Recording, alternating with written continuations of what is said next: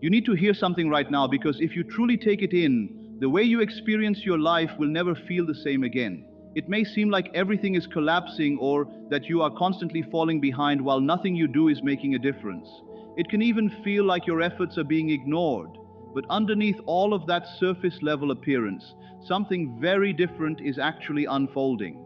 In reality, things are being arranged in your favor, not working against you. There is an inner force within you that is always active, quiet, but incredibly powerful.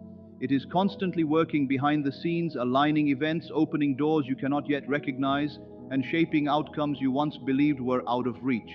Most people fail to notice this because they judge too quickly based on what is immediately visible. There is a deeper principle operating in your life that most people overlook, even though it influences every single experience you go through.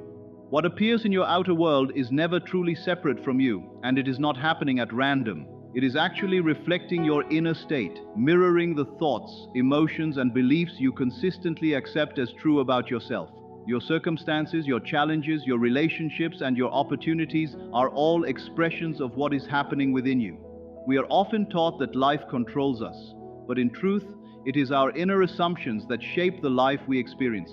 You are constantly projecting a sense of identity, and the external world responds in alignment with that projection. Every thought you repeat and every belief you quietly accept plays a creative role in shaping your reality. These are not just passing mental activities, they act like instructions that life follows. When you keep telling yourself that nothing ever works out or that you are always stuck, you are not simply describing your situation, you are reinforcing it. Life then seems to confirm those beliefs through repeated experiences. Not because it is against you, but because it is reflecting your internal state. On the other hand, when you begin to assume that things are working in your favor, that opportunities are naturally coming to you, and that you are supported, your outer reality slowly begins to shift. Real transformation always starts from within, because action without inner alignment often feels forced and unfulfilling. For this shift to truly take place, awareness is necessary. You have to become conscious of the thoughts you entertain and the meanings you attach to your experiences. You need to notice what story you are repeating when things don't go your way. Are you feeding doubt, or are you choosing trust even when there is no immediate evidence? Each moment of fear or uncertainty strengthens the very reality you are trying to leave behind. But every time you choose faith instead of doubt, you begin creating a new direction. It is also important to understand that change does not always appear instantly. There is often a delay where old patterns are still visible, even though something new has already begun forming beneath the surface. When you fully understand that everything you see outside is only a reflection of your inner world, you stop being easily shaken by temporary circumstances. You no longer panic when things look unchanged because you realize the surface is not the full truth. Instead, you stay steady, knowing that inner transformation always comes first and the outer world eventually follows. This awareness allows you to move through life with more calmness and certainty, no longer reacting to every external shift, but trusting the deeper process that is constantly unfolding within and around you. You are being asked to remain loyal to the inner state you are choosing, knowing it will eventually be expressed in your outer experience. You are not a victim of circumstances. You are the source behind them. This is not about blame, but about power, because if your current reality has come from within, then the same inner space can reshape it. You do not need to control every detail or force outcomes into place. Your real responsibility is to take ownership of your inner world. Begin by choosing to see yourself differently, to assume things are aligning in your favor, and to trust what is unfolding beyond what you can currently see. As your inner state shifts, a new reflection is already set in motion, and in time, life will respond naturally to what you have become within. The real difference between those who transform their lives and those who stay stuck lies in one thing: persistence in belief, not brief moments of hope or occasional positivity, but a steady commitment to what you have accepted internally as true. Most people believe only until circumstances challenge them, and when results do not appear quickly, doubt takes over. In that doubt, they undo the very direction they had started building. But the one who persists continues to return to their inner conviction even when nothing outside seems to support it. Life will often test this state by presenting delay, contradiction, or old patterns, not to stop you but to reveal your stability. In those moments, you either fall back into old assumptions or remain grounded in your chosen belief. Persistence is not about never feeling doubt, it is about refusing to stay in it. Think of belief as a path you are learning to walk. At first it feels unfamiliar and uncertain, and you may question it or even step away from it. But the more consistently you return to it, the more natural it becomes until it feels like your default way of being. At that point, you are no longer trying to believe, you simply believe. This is why consistency matters more than intensity. One strong moment of faith followed by days of doubt cannot create lasting change. What matters is a steady inner knowing that stays with you through your day, shaping how you think, react, and interpret everything you experience. Even when evidence has not yet appeared, you continue to align with what you have chosen as true. This is where many give up, expecting immediate results and losing patience before the reflection has time to form. Many people expect that if something is truly working, the results should appear right away. But real transformation rarely happens on the surface first. It begins quietly, beneath what you can see. Just like a seed that develops roots underground before it ever breaks through the soil, your new reality is also forming in hidden ways. If you keep digging it up with doubt and impatience, you slow down its natural growth. This is why trust in the process is so important, not as blind belief, but as understanding that persistence itself is what allows change to unfold. Every time you choose faith instead of fear, you reinforce a new direction. Every time you refuse to return to the old story, you move closer to what you are becoming. Even when everything feels silent or slow, something is still happening, and those who remain steady are the ones who eventually see it emerge. Your circumstances are not fixed truths. They are temporary reflections of what has already been established within you. They can feel real and convincing, but they are not permanent, nor do they define your future unless you continue to identify with them. Most people judge their present situation as if it is a final statement about what is possible, which keeps them repeating the same cycle. It is like standing in front of a mirror and trying to fix the reflection instead of changing the person looking into it. When you shift within, the reflection must eventually follow, although there is often a delay where the old pattern is still visible. This in-between stage is where many people lose trust, mistake transition for failure, and return to doubt, unintentionally prolonging what is already fading. Everything you desire already exists in a completed state, not somewhere far away or waiting to be created, but already formed beyond your current awareness. Nothing external is required to bring it into existence. What matters is alignment with it. There is already a version of you living what you are trying to reach, and that version is not separate from you, but simply a different state of being. As your inner state shifts, you naturally begin moving toward that version, not through struggle or force, but through quiet alignment. You stop chasing what feels distant and begin embodying what already is, until the unseen gradually becomes your lived experience. Your role is not to manufacture a new version of yourself, but to step into it by accepting it as already true within. This is where imagination carries real power. When you picture your desire as completed, when you emotionally feel it as present, and when you quietly accept it as your current identity, you are not escaping reality or pretending, you are simply aligning with a state that already exists. As you continue to dwell in that inner experience, your outer world has no choice but to gradually reorganize itself in response. This also requires a completely different relationship with time. Instead of living in the mindset of not yet, you begin to release the idea of waiting altogether. You stop anticipating and start embodying, moving through your day with a calm inner certainty that what you have accepted inside is already unfolding outwardly.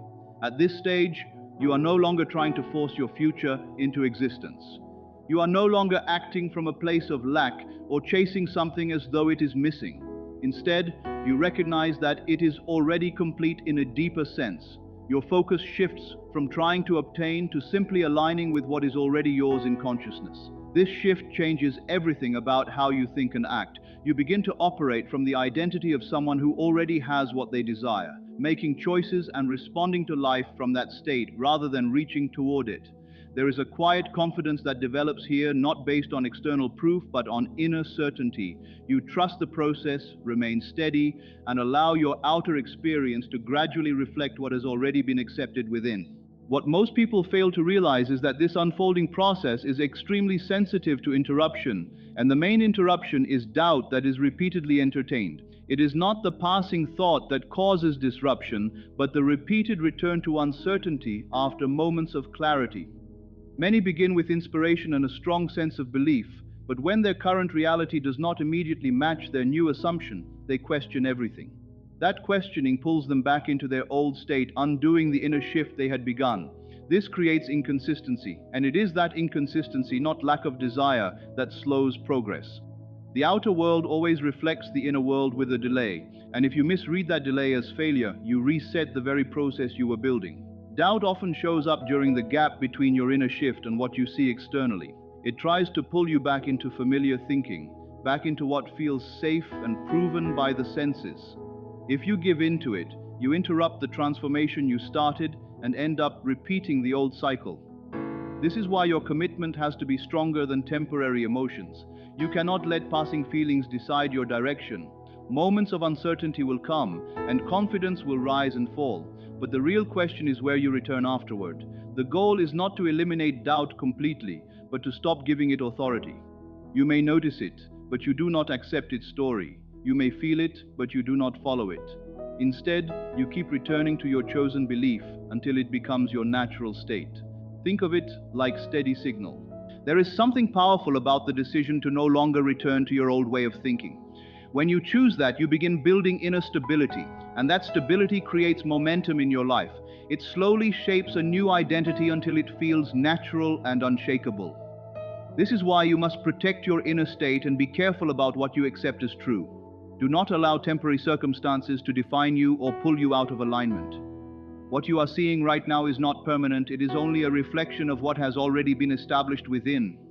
There will always be a delay between inner change and outer results. And if you misinterpret that delay, you weaken your own process. But if you remain steady and refuse to return to doubt, what is fading will eventually disappear, and what you have chosen within will begin to appear your experience. At a certain point, you reach a turning within, where the decision becomes clear. You stop waiting for external proof and start living from inner certainty. You realize you do not need more time, signs, or anything outside you to validate what you have chosen to believe. Instead, you accept it and embody it fully. This is where everything begins to shift. When you no longer question what you have already accepted within, your thoughts stabilize, your emotions align, and your actions follow. You begin to move differently in life, not from lack, but from completion. So remain faithful to what you have chosen. Stay steady in your vision, even when nothing around you has changed yet, because what is unfolding internally will eventually become visible. And if this message resonated with you, take time to reflect on it and stay connected for more content that supports your mindset and growth. Your current situation is not the final result, even though it often feels like it is. When you are inside a problem, it naturally appears complete, solid, and permanent. The mind has a habit of freezing a moment and treating it as if it defines the entire story. But life does not actually work in a fixed frame like that. What you are experiencing right now is only a single point in a much longer unfolding process. It is a snapshot, not the conclusion. The difficulty comes from the fact that the present moment feels so real that it convinces you it is final. But final is just an interpretation the mind creates when it cannot yet see what comes next. If you look at your life in smaller fragments, you will notice that nothing has ever stayed the same. Situations that once felt overwhelming eventually changed, even when you did nothing special. People who once seemed essential moved away. Opportunities that felt lost sometimes reappeared in different forms. Even your emotional state, which feels intense in the moment, always shifts with time. This is important to recognize because it breaks the illusion that what you are going through now is permanent. It may be strong, it may be uncomfortable, but it is not fixed. It is moving, even if the movement is not yet visible to you. The mind tends to judge based on current evidence. It looks at what is happening today and assumes tomorrow will be the same. This is where people often trap themselves mentally. They take a temporary experience and turn it into an identity or a prediction. For example, if something is not working right now, the mind quietly concludes that it will never work. If there is delay, it assumes denial. If there is silence, it assumes nothing is happening. But none of these interpretations are absolute truths. They are just emotional reactions to a moment that hasn't finished unfolding. There is also something subtle happening beneath what you can see. Every situation you go through is shaped by previous thoughts, beliefs, expectations, and emotional patterns. This means your present experience is not random and it is not separate from you, but it also means it is not fixed because what created it is already changing within you all the time. Even when you are not aware of it, your inner state is always shifting slightly. And as it shifts, the direction of your experience begins to shift too. The outer world simply takes longer to catch up. This delay is where most confusion happens. People expect life to respond instantly, but life responds in layers. First, there is the inner shift, which is invisible. Then there is a transition phase, where things still look the same on the surface. And only after that does the external change become noticeable. During this transition phase, it is very easy to misunderstand what is happening, because from the outside nothing seems different, but internally everything is already in motion. It is like turning a large ship in the ocean. The direction changes long before you can see the movement clearly. When someone believes their current situation is the final result, they unintentionally stop themselves from seeing possibilities. They start reacting instead of observing.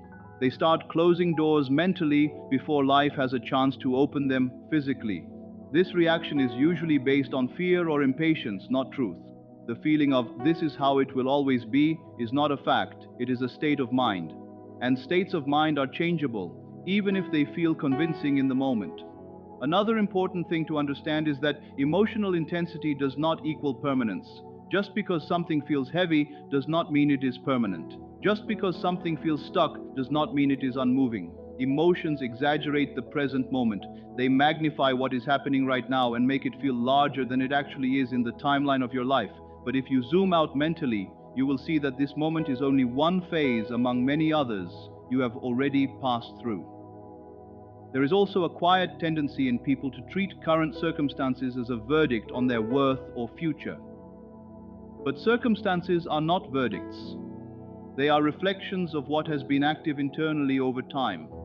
And because internal states can change, reflections can also change.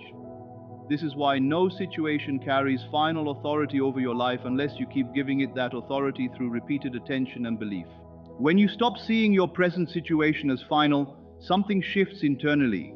You begin to create a small distance between yourself and what is happening. That distance is not avoidance, it is clarity. It allows you to observe instead of absorb everything emotionally. And in that space, you realize you are not trapped inside the situation, you are simply experiencing it. And anything that is being experienced is also something that can pass. Life becomes much heavier when you believe every chapter is the last chapter. But when you understand that every chapter is temporary, even the difficult ones, you begin to carry yourself differently. You stop making permanent decisions based on temporary emotions. You stop concluding your future based on your present state. You start allowing space for things to change without forcing them or panicking about them. There is also a deeper truth in how change actually works. Most visible change does not begin visibly. It begins quietly, internally, in ways that are not immediately measurable. That is why people often underestimate progress. They think nothing is happening because nothing has appeared yet. But appearance is always the last stage of change, not the first. By the time something becomes visible, it has already gone through layers of unseen development. So when you are in a moment that feels uncertain, delayed, or stagnant, it does not mean the process has stopped. It simply means it is still forming beneath the surface. The mistake is thinking that silence means absence, but in reality, many of the most important shifts in life happen silently first. If you can begin to hold on to the idea that your current situation is not the final result, you stop reacting from panic. You stop closing off possibilities too early. You start giving life more room to move. And in that space, you also give yourself more room to grow, adjust, and shift internally without pressure. Nothing in your life is locked in place just because it feels strong right now. Every experience you are having is part of a process that is still unfolding. And because it is unfolding, it is not finished. And if it is not finished, it cannot define your entire story. What you are seeing right now is not the full truth of your life. It is only a reflection, and more importantly, it is a delayed reflection. This means what you experience externally is not happening in real time as a new creation, but rather as the outcome of something that was already set in motion earlier within you. The mind struggles to accept this because it is trained to trust only what is visible. but visibility is always behind the actual cause. The effect always arrives after the cause has already finished forming. Think of your present moment like a mirror that is slightly delayed. When you move your hand in front of it, the reflection follows, but not before the movement has already happened. In the same way, your outer reality is always responding to something that has already taken shape within your thoughts, assumptions, and emotional patterns. By the time something appears in your life, it is no longer being created, it is already being displayed. That is why trying to change only the outer world without understanding the inner origin often feels frustrating or slow. Most people believe they are reacting to life in real time, but in reality, they are observing the outcome of previous inner activity. This creates confusion because the mind assumes causation from what is currently visible. If something is going wrong now, it feels like it is happening because of now, but it is actually the continuation of something that started earlier. This is why circumstances often feel persistent. They are not being recreated in each moment from scratch. They are playing out until the underlying pattern shifts. This idea becomes clearer when you notice how your inner world has changed over time. There were moments in your past when you worried about something repeatedly, and later, that very concern showed up in your experience. At that time, it may have felt like coincidence or bad timing, but if you look closely, you will notice a pattern. The internal focus you maintained eventually showed up externally, not instantly but after a delay. That delay is what confuses most people and makes them think their thoughts have no impact, when in reality, the timing is simply not immediate. The reason the outer world is delayed is because it operates through layers of expression. First, there is an inner impression, which is usually subtle and often unnoticed. Then that impression strengthens through repetition, emotion, and attention. After that, it begins to form conditions, opportunities, reactions, and situations that eventually become visible in physical reality. By the time you see it, the inner stage has already completed its role. This is why the present moment is never the starting point of creation. It is always the final stage of something already formed. This delay is also what gives you the ability to change your experience. If everything were instant, there would be no space for adjustment or realignment. But because there is a gap between inner activity and outer appearance, you always have the opportunity to shift direction internally before the full reflection arrives. The problem is that most people do not use this gap consciously. Instead, they react to what they see, which often reinforces the same pattern that created it in the first place. For example, if someone sees lack or delay in their life, they may begin to feel discouraged, anxious, or doubtful. Those feelings then become new inner activity, which continues the same cycle. So instead of shifting the outcome, they unintentionally extend it. This is not because life is fixed, but because attention keeps returning to the same interpretation of reality. The outer world then continues to mirror that internal focus, not because it is deciding your fate, but because it is reflecting your current state. Understanding this changes how you relate to your present experience. Instead of seeing it as something that is defining your future, you begin to see it as something that is revealing your recent past. That simple shift removes a lot of pressure. You stop treating every situation as a final verdict and start recognizing it as a temporary reflection of what has already been active within you. This creates space for change because you are no longer emotionally trapped inside the appearance. There is also an important emotional aspect to this understanding. When you believe that what you see is immediate truth, you naturally become reactive. You try to fix, force, or resist what is happening. But when you understand that what you see is delayed, you begin to slow down internally. You stop over-identifying with the surface and start paying more attention to your inner direction. This is where real change begins, not in reaction, but in awareness. It is also important to realize that delay does not mean failure. The mind often interprets lack of immediate results as proof that something is not working, but that interpretation ignores the natural timing involved in any process of change. Just because something has not appeared yet does not mean it is not forming. It simply means it has not reached the visible stage. Many things in life require time to move from internal formation to external expression. When you understand this deeply, you begin to treat your current circumstances differently. Instead of reacting to them as urgent problems, you start observing them as temporary signals. They are no longer instructions about what to believe about your future. They are indicators of what has already been active within you, and because internal states can shift, external conditions are never permanent. This awareness also helps you become more patient with your own process. You stop expecting instant transformation and start respecting the natural flow of change. You realize that your inner world is always in motion, even when your outer world appears still, and that stillness is often just the surface layer of something already reorganizing underneath. So when you look at your life right now, it is important not to mistake visibility for finality. What you are seeing is not the end result. It is a reflection of a previous state that has already passed internally. And because it has already passed, it does not define what comes next, unless you continue to feed it through attention and belief. Everything begins within you long before anything appears in your external experience. This is not something symbolic or abstract in a vague sense, but a very consistent pattern in how human experience unfolds. Before any situation takes shape in your life, there is always an inner activity first. It might be a thought you repeat, a belief you quietly accept, or an assumption you hold without even noticing. These inner movements are subtle at first, but over time they build direction, and that direction eventually becomes what you experience outside. Most people don't pay attention to this internal layer because it feels invisible compared to physical reality. It is much easier to trust what you can see, hear, and touch. But the truth is, what you see is always the result, never the origin. By the time something appears in your outer world, it has already been shaped internally through repetition and attention. That means your present experience is not random or disconnected. It is the outcome of what has been active within you over time.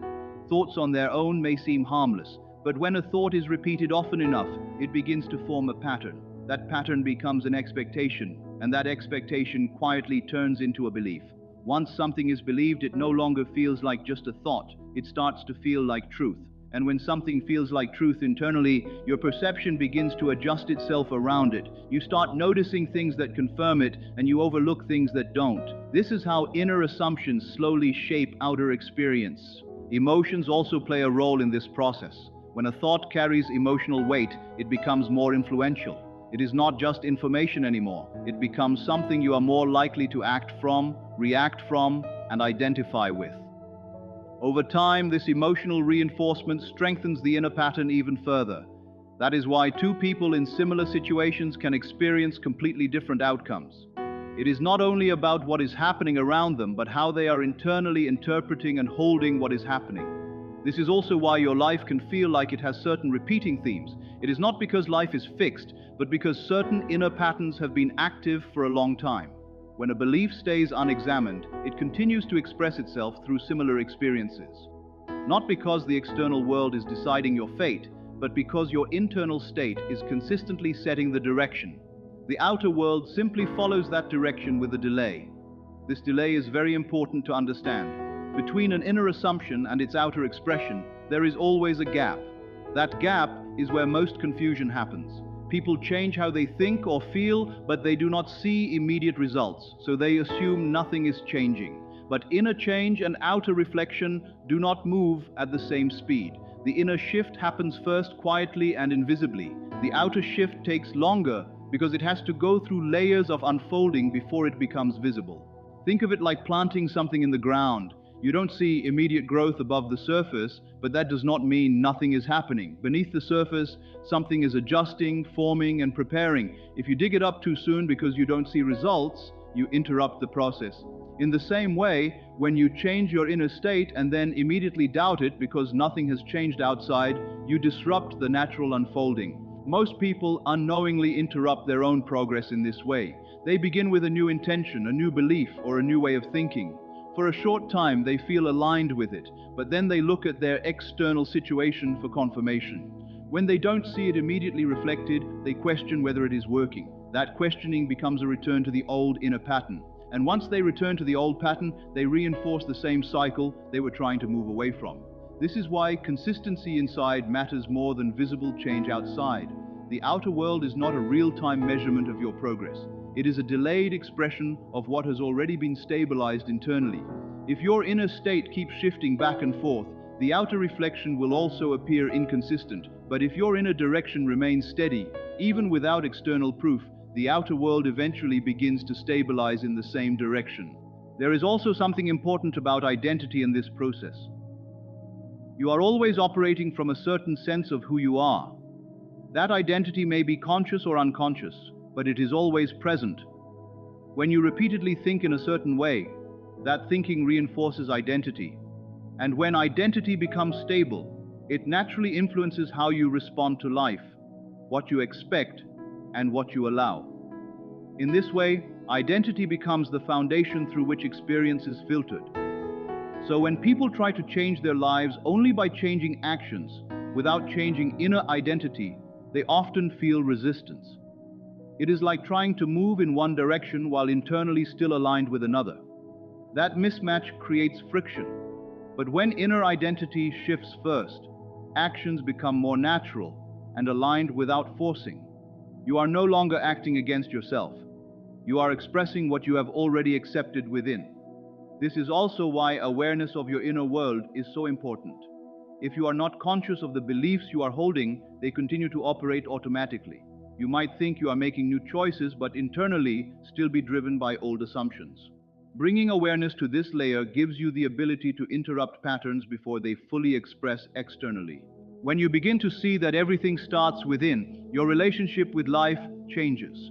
You stop feeling like things are simply happening to you and start recognizing that they are coming through you. This does not mean you control every detail instantly. It means you become more aware of the origin of your experience, and with that awareness you begin to shift the source instead of only reacting to the outcome.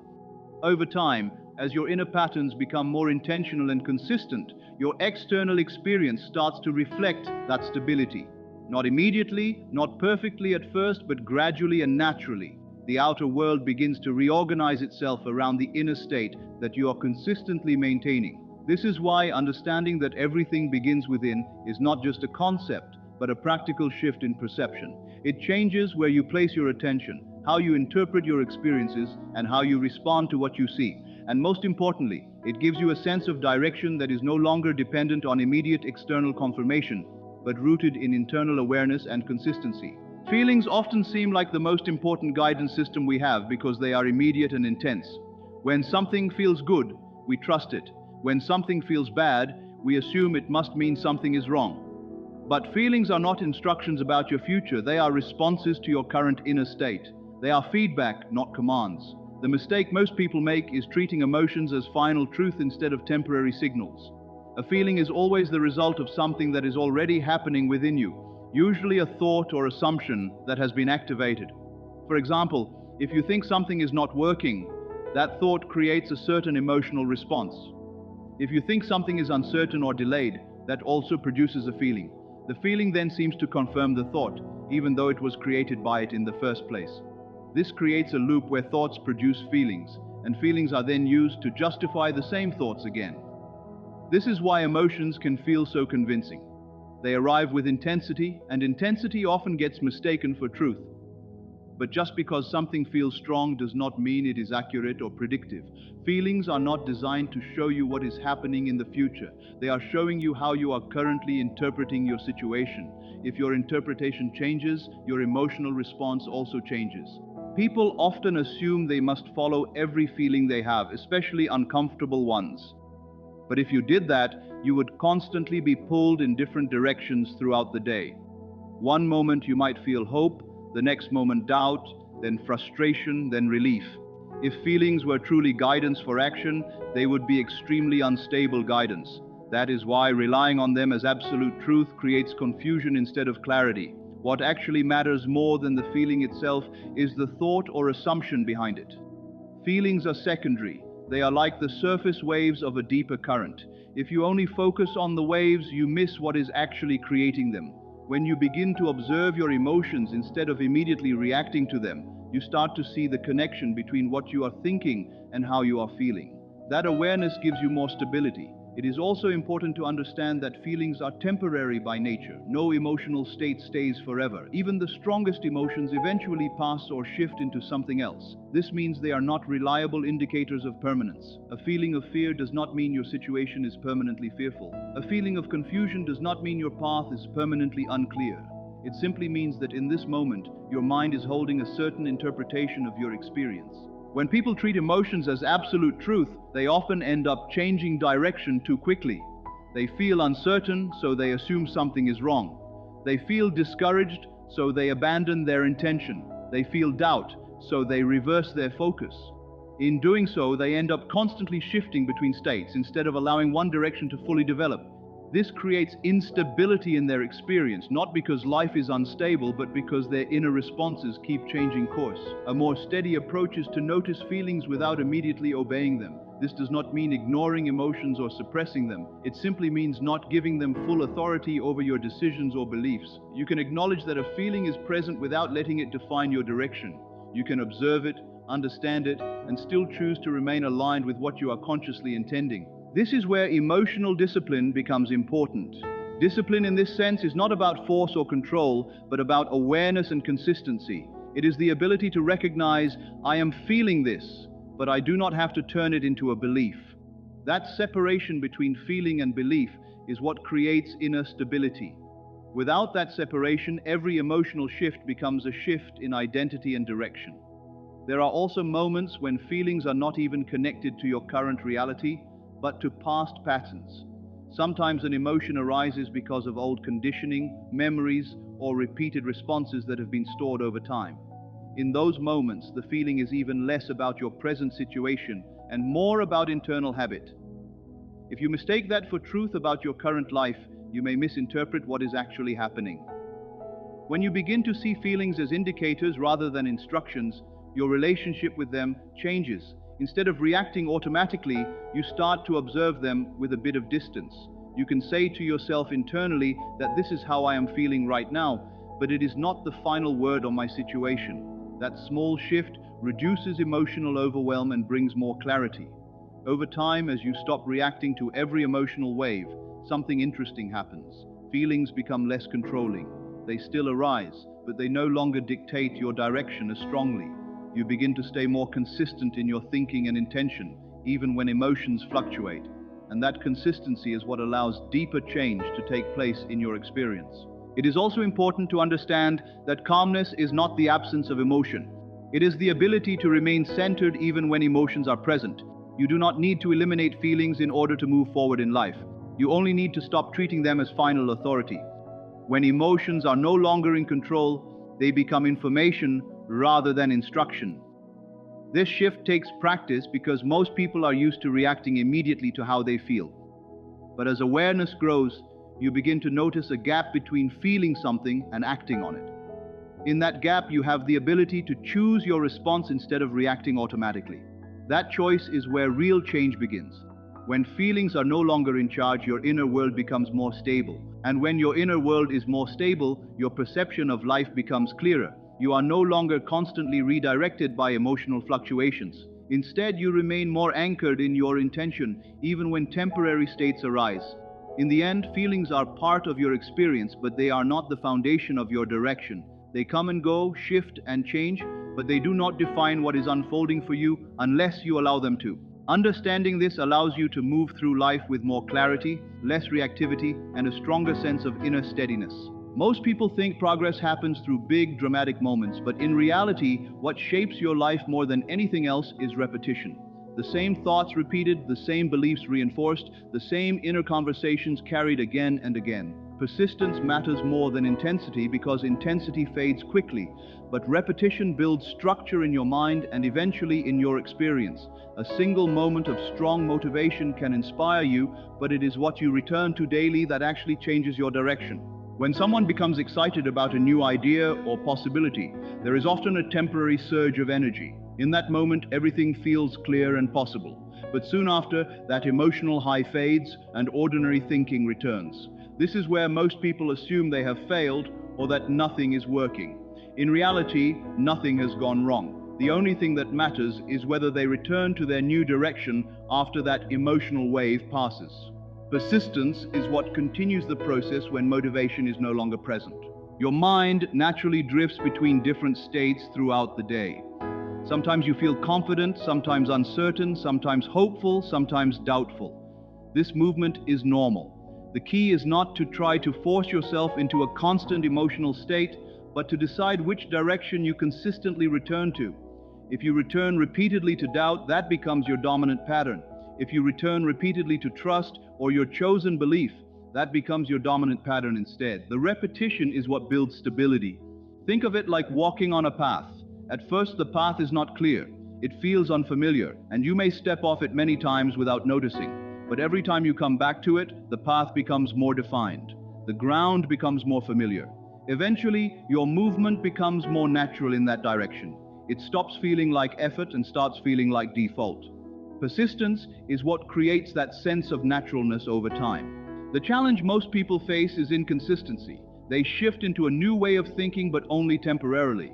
When external circumstances do not immediately reflect that shift, they lose confidence and revert to their old pattern. This back and forth movement creates confusion because the mind is receiving mixed signals.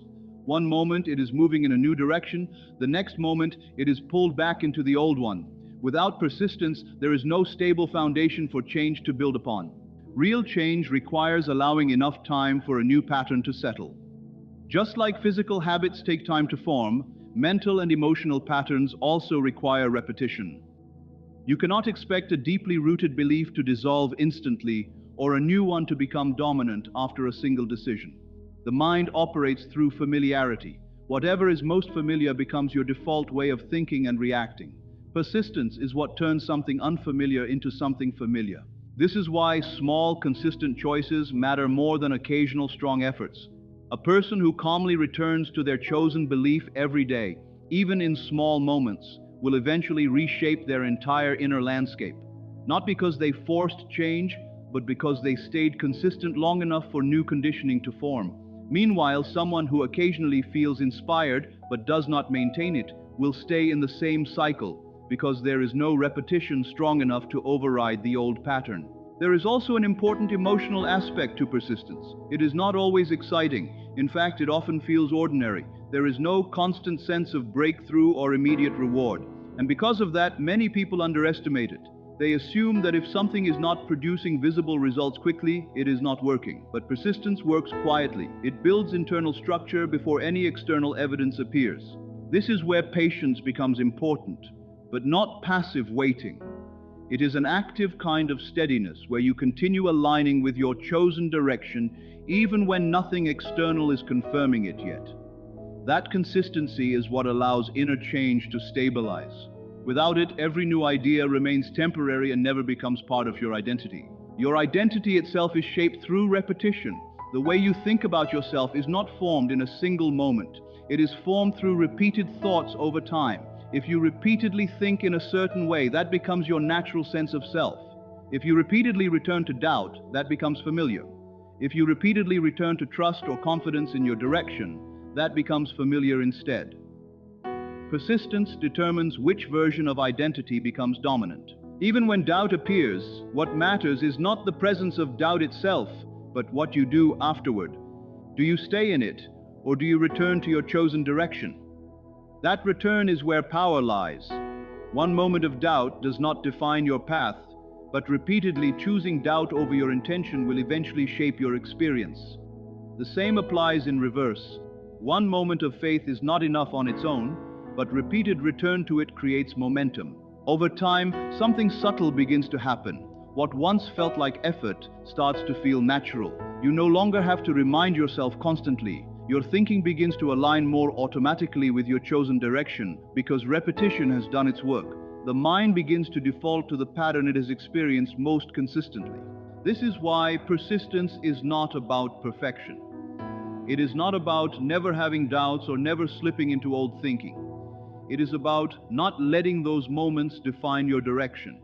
You can experience temporary shifts without losing your overall alignment, as long as you continue returning to what you are building internally. In the bigger picture, persistence is what allows transformation to move from idea to reality. Without it, change remains unstable and temporary. With it, even small inner shifts eventually become visible in your experience. Not because you forced them, but because you stayed consistent long enough for them to take root and express themselves naturally. The unseen process refers to everything that is already moving in your life before anything becomes visible. Most people only trust what they can see, but life does not begin on the surface. What you experience externally is always the final stage of something that has already been forming quietly within you for some time. This means that even when nothing appears to be changing, something is still happening beneath what you can detect. This hidden movement is not dramatic or immediate. It does not announce itself. It works gradually through your thoughts, assumptions, emotional patterns, and repeated focus. Because it is subtle, it is easy to overlook. People often assume that if they cannot see progress, then no progress exists. But that assumption ignores how most change actually develops in life. The most important shifts usually begin in ways that are not obvious at all. Think about how many changes in your past only became clear later. There were situations where, at the moment, it felt like nothing was happening or things were staying the same. But when you look back, you realize something had already started shifting long before you noticed it. That is because the process was never waiting for visibility. It was already active behind the scenes, slowly building toward expression. This is how your inner world works as well. Every thought you hold consistently creates a direction. Every assumption you accept begins to shape your perception. Every repeated emotional response strengthens a pattern. These elements do not immediately turn into visible results, but they begin organizing your experience from within. By the time something shows up in your external life, it has already gone through a long internal development process. The challenge is that during this invisible stage, nothing looks different. That is where doubt often enters. The mind looks for evidence and, not finding it quickly, assumes nothing is happening. But the absence of visible proof is not the absence of movement. It is simply the early stage where things are still forming before they reach the surface. It is similar to how natural growth works. When something is growing, most of the activity happens out of sight first. Roots develop before anything breaks through the surface. If you judge the process only by what you see above ground, you would miss the most important part of the development. In the same way, your life is constantly developing beneath the surface of your awareness. The unseen process also includes your shifting inner state. Even when you are not fully aware of it, your perspective on life is always changing slightly over time. You may begin to think differently about a situation, react differently to something that used to bother you, or notice that your emotional responses are not exactly the same as before. These subtle changes are part of the internal movement that eventually shapes external outcomes. Most people interrupt this process without realizing it. They begin to change their thinking or direction, but then they look for immediate confirmation. When they do not see anything new externally, they assume it is not working and return to their old patterns. That return resets the internal movement they had started, so instead of allowing the unseen process to continue unfolding, they restart the cycle again and again. The unseen process requires consistency more than anything else. It does not depend on constant effort or emotional intensity. It depends on whether you continue holding a direction internally long enough for it to fully develop. If your inner state keeps shifting back and forth, the process becomes unstable. But if it remains steady, even quietly, the direction strengthens over time. Another important part of this is understanding that timing is not always immediate. There is a natural delay between inner change and outer expression. This delay is not a blockage, it is part of how reality organizes itself. During this time, things may appear unchanged on the surface, but internally, adjustments are still taking place. This is where many people misinterpret the situation and assume nothing is working, when in reality things are still aligning. The unseen process also involves gradual alignment. As your inner assumptions begin to shift, your attention starts noticing different things. You may become aware of opportunities, ideas, or perspectives you previously overlooked. This change in perception is part of the internal adjustment that happens before physical results appear. First, your awareness shifts, then your interpretation shifts, and eventually your external experience follows. There is also a stage where things may feel like they are not only unchanged but slightly unstable. This often happens when an old pattern is in the process of fading while a new one is still forming. During this overlap, it can feel like nothing is working because neither state feels fully established yet. But this is actually a transition phase, not a failure. It is part of the unseen restructuring that leads to visible change later. What makes the unseen process powerful is that it is always active. Even when you are not consciously directing it, your attention, your repeated thoughts, and your internal reactions are constantly shaping it. This is why awareness becomes important.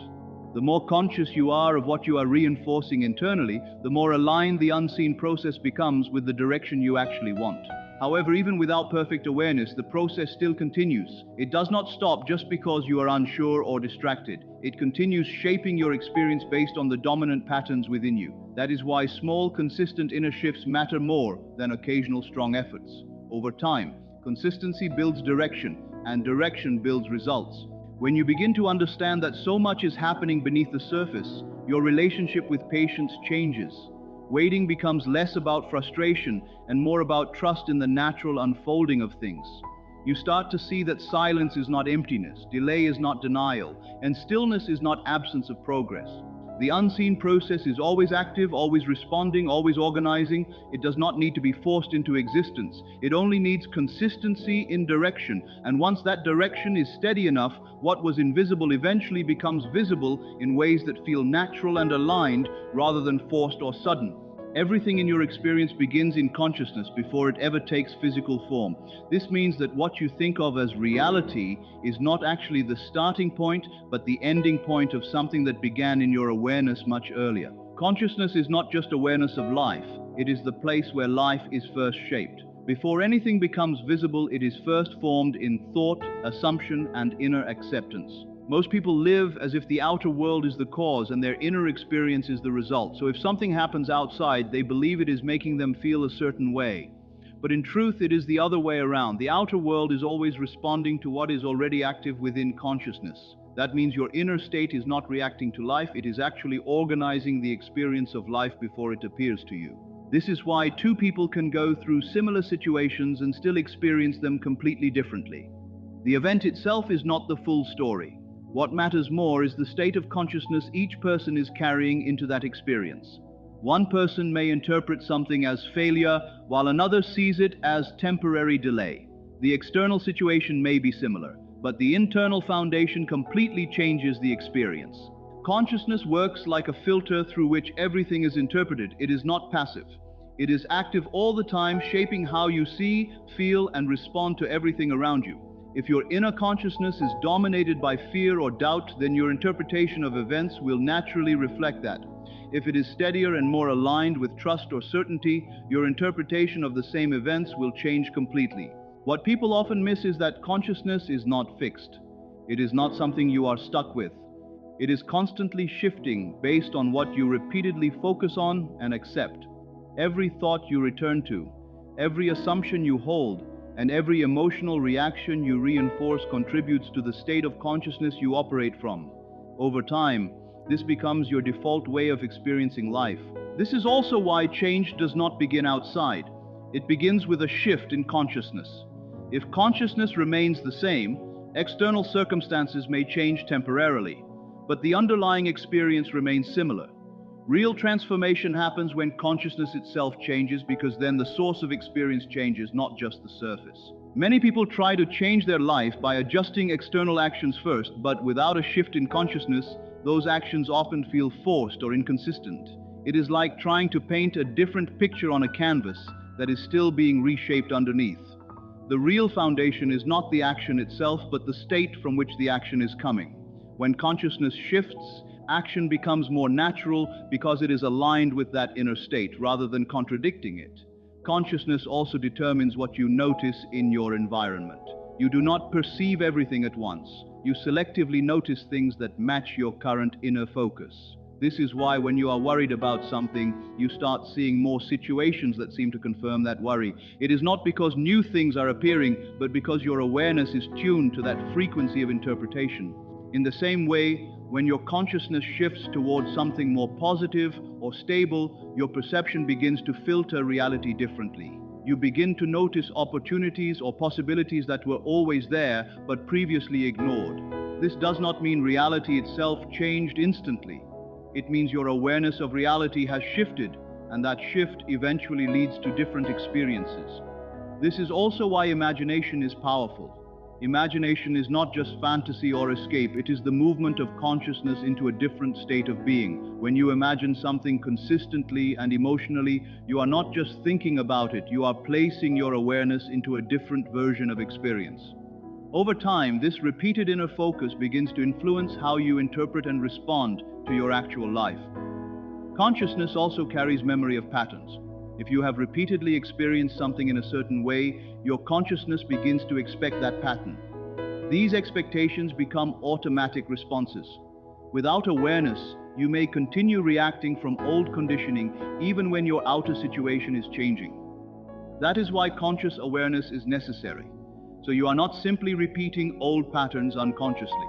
When you begin to observe your own consciousness, you start noticing that you are not just reacting to life, you are participating in its creation through interpretation and assumption. This realization is subtle but important. It shifts you from feeling like a passive receiver of events to someone who is actively shaping experience through inner state.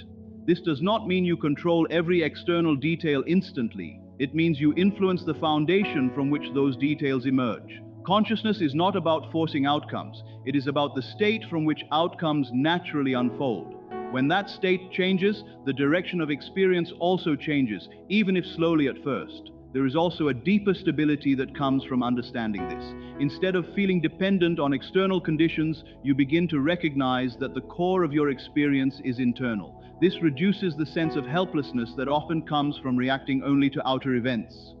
You realize that even when external things are uncertain, your consciousness is still the starting point of what comes next. Over time, as you become more aware of this, you begin to pay closer attention to your inner state. You notice the quality of your thoughts, the direction of your assumptions, and the tone of your emotional responses. Instead of letting them run automatically, you start gently guiding them, not by force, but by awareness. As consciousness becomes more stable and intentional, your experience of life begins to reflect that stability, not immediately and not perfectly at first, but gradually. The outer world begins to mirror the inner consistency you are developing, and what once felt scattered or unpredictable begins to feel more aligned and coherent. In the end, everything returns to consciousness, because that is where experience is formed, not in the external event itself, but in how it is perceived, interpreted, and held within you. And once you understand that, your attention naturally shifts inward, because you realize that the true point of change has always been there. Feelings are often misunderstood as instructions, but in reality, they are indicators. They are not telling you what must happen next. They are simply showing you what is active within you at the moment. A feeling is like a signal from your current mental and emotional state, not a prediction of your future or a command you are supposed to follow. The problem starts when people treat feelings as absolute truth instead of temporary feedback.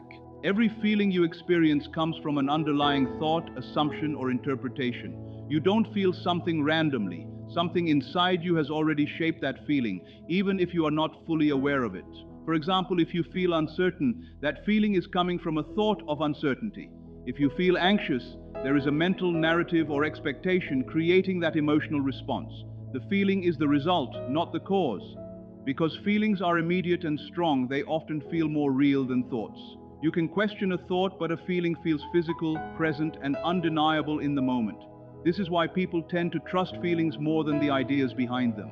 But just because something feels intense does not mean it is accurate or permanent. Intensity only shows how active something is within you right now, not whether it defines your reality. One of the biggest misunderstandings is believing that a feeling must be acted upon immediately. For example, if someone feels doubt, they assume it means they should stop or change direction. If they feel fear, they assume it means something is wrong. If they feel discouraged, they assume it means nothing is working. But in most cases, these feelings are not signals about external truth. They are reflections of internal interpretation. Feelings change constantly.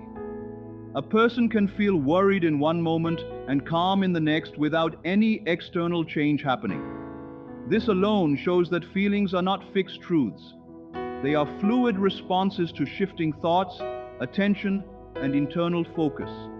If feelings were permanent truths, they would not fluctuate so easily throughout the day. This is why feelings should be observed instead of automatically obeyed.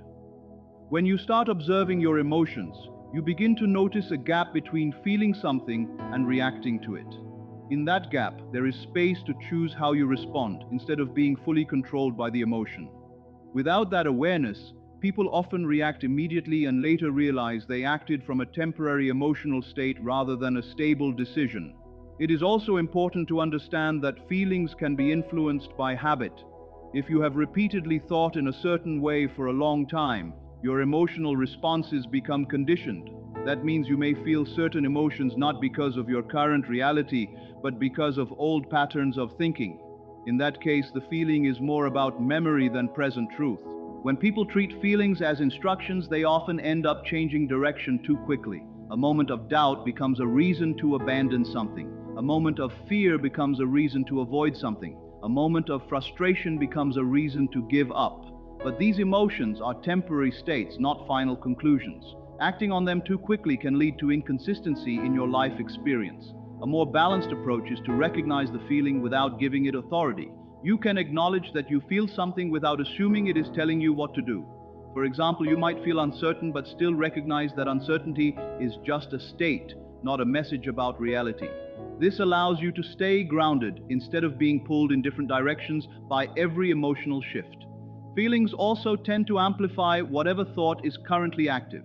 If you are focused on something negative, your emotions will intensify that focus. If you are focused on something stable or constructive, your emotions will align with that instead. This is why changing your focus can gradually change how you feel, even without forcing emotional control. The feeling follows the direction of attention. Many people try to change their feelings directly, but feelings are not controlled that way. They change naturally when the underlying thought or focus changes. If the thought remains the same, the feeling will continue to reflect it. This is why trying to suppress emotions without addressing the underlying interpretation often does not lead to lasting change. When you begin to see feelings as indicators, you stop treating them as final authority.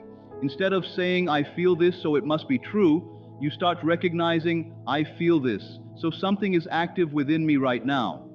That shift creates distance between you and the emotion, allowing you to respond more consciously instead of reactively. This awareness also helps you understand yourself better. Instead of being confused by emotional changes, you begin to see patterns. You notice what kinds of thoughts lead to certain emotional states. You start recognizing that your inner world is not random but structured through repeated focus and interpretation. Over time, this creates more emotional stability, not because you eliminate feelings, but because you are no longer ruled by them. You still experience emotions, but they no longer dictate your direction. They become information you can observe rather than forces that control your decisions. There is also a natural easing that comes when you stop resisting emotions. Instead of fighting them or trying to immediately fix them, you allow them to pass through while staying aware of your deeper direction. Emotions are temporary, and when they are not fed with resistance or overreaction, they tend to settle on their own. Understanding feelings as indicators rather than instructions brings more clarity into how you navigate life. You are no longer constantly reacting to emotional fluctuations as if they are urgent truths. Instead, you begin to see them as part of your current internal landscape, which can shift with awareness and time. Temporary setbacks feel very real when you are inside them, but they are not final outcomes. They are moments in a process, not conclusions about your life. The mind has a tendency to take whatever is happening right now and treat it as if it defines the entire direction of your future. But life does not move in a straight, fixed line. It moves in phases, adjustments, pauses, and redirections that only make sense when you look at the bigger picture later. When something does not work out in the way you expected, it can feel like a stop. But most of the time, it is not a stop, it is a redirection or a delay in movement that is still in progress. What feels like failure in the moment is often just incomplete information. You are seeing one part of a sequence and assuming it is the ending, when in reality the sequence is still unfolding. The emotional impact of a setback is what makes it feel permanent. When something goes wrong, the emotional response can be strong enough that it colors your entire perception. In that state, it becomes easy to believe that nothing is working or that things will always be this way. But emotions intensify the present moment. They make it feel larger and more permanent than it actually is. Once the emotional wave settles, your perception often changes as well. If you look at your past, you will likely notice that many situations that once felt like setbacks eventually changed or led to something different. At the time, they may have felt final or discouraging, but later they became part of a larger movement in your life. This is important because it shows that your interpretation of events is often limited to the moment you are in, not the full outcome that eventually develops. A temporary setback usually carries information, not conclusion. It shows you what did not work in a particular way under certain conditions. at a specific time, but it does not define what is possible overall. The mind often ignores this distinction and turns one experience into a general rule about everything. For example, one failed attempt can be interpreted as "this never works," even though only one approach was tried in one moment. There is also a natural learning process inside setbacks. They often reveal adjustments that were not visible before. When something does not go as expected, it forces a pause in direction, which can lead to reflection. That reflection can reveal patterns, assumptions, or approaches that were not effective. In that sense, what looks like a disruption can also become a point of clarity when it is not immediately judged as failure. The difficulty comes when a setback is treated as a fixed identity rather than a temporary phase. People often attach meaning to it in a way that defines their confidence or belief in themselves. Instead of seeing it as something that happened, they begin to see it as something that defines their capability. That shift in interpretation is what makes it feel permanent, but no situation remains unchanged indefinitely. Every experience moves through time, and time naturally changes conditions. What feels stuck in one moment can shift in another, not always because of immediate action, but because circumstances, perspectives, and internal states evolve. Even when nothing external changes quickly, your internal understanding of the situation continues to develop. One of the reasons setbacks feel stronger than progress is because the mind gives more attention to disruption than to continuity. When things are going smoothly, it often feels normal and less noticeable. But when something goes wrong, it stands out sharply. This imbalance in attention makes setbacks feel more significant than they actually are in the overall flow of experience. Another important aspect is that setbacks often interrupt expectation, not reality itself. What is really being challenged is the assumption about how things should unfold, not the entire possibility of what can happen. When expectation is not met, the emotional reaction creates the feeling that something is wrong with the whole process, when in reality only a specific expectation was not aligned with timing or conditions. If you observe closely, progress in life rarely happens in a perfectly straight path. It includes pauses, corrections, and moments that feel like going backward before things move forward again. These phases are part of adjustment, not rejection. But because people expect constant upward movement, any pause feels like loss. This expectation creates unnecessary pressure on experiences that are actually part of natural development. A temporary setback only becomes long-lasting when it is repeatedly reinforced in the mind through interpretation. If a situation is seen as proof of limitation, that interpretation becomes more fixed than the situation itself. But if it is seen as temporary, it remains open to change. The meaning you attach to an experience influences how long it feels active in your life. There is also a tendency to underestimate how quickly things can shift once conditions change. Many situations that feel stable in difficulty can change relatively quickly when underlying factors shift. But while you are inside the situation, it is difficult to see that possibility clearly. This is why setbacks often feel more permanent than they actually are. When you stop treating temporary experiences as final outcomes, your internal pressure reduces. You begin to see space in the situation instead of closure. That space allows for new interpretations, new actions, and new directions that were not visible when the mind was locked into a single conclusion. A setback does not define your path unless you allow it to become the final interpretation. It is simply one moment in a longer sequence that is still unfolding. And because it is still unfolding, it has not yet revealed its full direction or outcome. You are always creating your experience through assumption, even when you are not consciously aware of it. An assumption is simply what you accept as true about yourself, others, or your life without needing constant proof. It operates quietly in the background of your mind, shaping how you interpret situations and how you respond to them.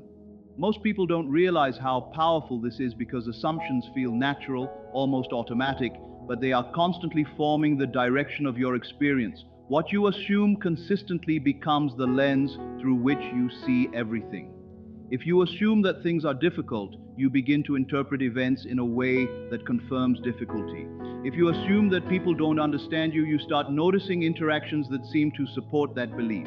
The outer world doesn't change instantly, but your perception of it adjusts to match what you have accepted internally. This is how assumption shapes experience long before anything physically changes.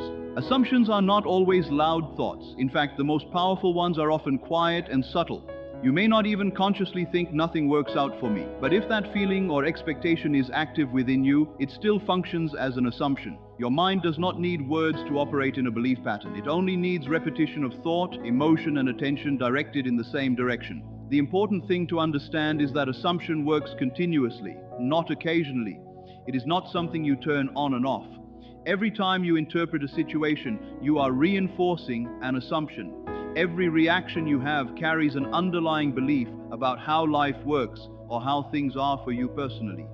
Over time, these repeated interpretations build a stable pattern that becomes your familiar reality. Most people assume that they are reacting to life objectively, but in reality, they are interpreting life through existing assumptions. Two people can face the same situation and experience it completely differently because they are operating from different internal expectations. One person may assume things will improve, while another assumes things will stay the same or worsen. The situation itself is neutral, but the interpretation is shaped by assumption. This is why assumption feels so real. It is not just a thought, it becomes a filter. Once a filter is in place, it influences what you notice and what you ignore. If you assume something is missing, your attention will naturally focus on lack. If you assume something is developing, your attention will begin to notice signs of movement. Your experience is not only what happens to you, but also what you consistently choose to notice and interpret. Assumption also influences your emotional responses. When you assume something negative about a situation, your emotions align with that interpretation. When you assume something more stable or positive, your emotional state begins to shift accordingly. This shows that feelings are not separate from assumption. They are part of the same internal structure. Your emotional world is constantly reflecting what you are accepting as true. Many people reinforce limiting assumptions without realizing it through repetition of thought and reaction. For example, if something doesn't go as expected, they might assume it means nothing is working. That assumption is then repeated through worry, conversation, and mental replay. Over time, it strengthens into a dominant pattern. Not because it is objectively true, but because it has been repeatedly accepted internally. The same mechanism works in the opposite direction as well. When a new assumption is introduced and consistently maintained, it begins to reshape perception. At first, it may not feel natural because it is unfamiliar, but with repetition, it starts to feel more normal, and what once felt uncertain begins to feel more stable. The mind always adapts to what it is repeatedly exposed to. Assumption is also closely tied to identity. You tend to assume in alignment with how you see yourself. If you assume you are someone who struggles, your interpretations will reflect that identity. If you assume you are someone who is learning, growing, or supported, your interpretations begin to shift accordingly. Identity and assumption continuously reinforce each other. This is why change is not only about changing actions. If the underlying assumption remains the same, actions alone will not create lasting change in experience. You might try something different externally, but if internally you still assume the same outcome, your perception will pull you back into familiar results. Real change happens when assumption shifts at its core level.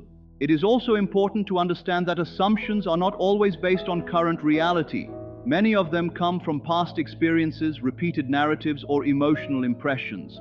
Just because an assumption feels familiar does not mean it is accurate for your present situation. But because it feels familiar, the mind tends to trust it more than new possibilities. When you begin to observe your assumptions, you start to notice how often they are shaping your reactions. Instead of reacting automatically, you become aware of the interpretation behind the reaction. That awareness creates space to choose a different direction internally. You are no longer fully identified with the assumption. You are able to observe it. Over time, as assumptions shift, your experience begins to shift as well. Not because the external world is instantly changing, but because your perception of it is changing first. What you once interpreted as limitation may begin to feel less fixed. What once felt uncertain may begin to feel more open. The external reflection follows the internal shift, but always with some delay. Assumption is always active, even when you are not thinking about it consciously. It is part of the structure through which you experience everything. By becoming more aware of it, you begin to see that your experience is not random or separate from you, but continuously shaped by what you accept internally as true. What you repeatedly believe does not just stay in your mind as a thought, it slowly becomes the structure through which you experience life. A belief is not a single idea you think once. It is something you keep accepting over and over again, often without realizing it. And through that repetition, it becomes familiar. And what becomes familiar starts to feel like truth, even if it was never questioned deeply in the beginning. At first, a belief can feel like just a passing thought, something you heard, something you experienced, or something you assumed in a difficult moment. But when that thought is repeated, especially during emotional situations, it starts to gain weight. The mind does not treat repetition lightly. It assumes that what keeps appearing must be important, and over time, importance turns into acceptance. That is how belief forms. Once something is believed repeatedly, it begins to influence how you interpret everything around you. It becomes a filter. You no longer see situations as they are in a neutral way. You see them through the lens of what you believe. If you believe things are difficult, even neutral events will feel difficult. If you believe you are unsupported, even neutral interactions will feel like lack of support. The belief is shaping meaning before you even consciously analyze the situation. This is why two people can go through the same experience and come out with completely different conclusions. The event itself is not changing, but the belief system inside each person is shaping how that event is understood. One person may see opportunity, while another sees limitation. The difference is not in the situation, but in the belief being applied to it. Repeated belief also affects expectation. Over time, what you believe becomes what you expect without effort. You don't have to consciously think about it every time, it becomes automatic. If someone repeatedly believes that things do not work out for them, they will start expecting things not to work out before anything even happens. That expectation then influences how they act, how they respond, and what they notice. Belief also influences emotional reactions. When you believe something strongly, your emotional system aligns with it. If you believe something is uncertain or unsafe, you will naturally feel tension or anxiety in situations that resemble that belief. If you believe something is stable or supported, your emotional response will be calmer in similar situations. This shows that belief is not just mental, it affects the whole way you experience reality. Most beliefs are not formed through one dramatic moment. They are formed through repetition of similar thoughts over time. Small experiences, repeated interpretations, and emotional reactions gradually build a belief structure. Once that structure is strong, it starts to operate automatically in the background, influencing your reactions without requiring conscious thought. The challenge is that many beliefs feel natural because they have been repeated for so long. You stop questioning them because they feel like just how things are. But familiarity is not the same as truth. A belief can feel completely real and still be based on limited or outdated experience. The mind does not automatically distinguish between something that is true and something that is simply repeated often. This is why change in life often requires change in belief, not just action. If the belief remains the same, even new actions are interpreted through the old structure. That means you may try something different, but internally still expect the same outcome. And when expectation and action are not aligned, the result often feels inconsistent or discouraging. Repeated belief also creates identity over time.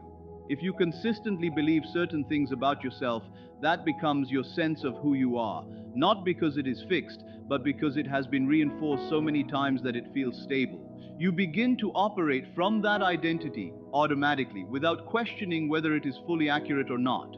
Another important aspect is that belief is self-reinforcing. What you believe affects what you notice, and what you notice then strengthens the belief. For example, if you believe something is not working, you will naturally pay more attention to signs that confirm that idea, while ignoring anything that contradicts it. This selective attention strengthens the belief even further, making it feel even more true over time.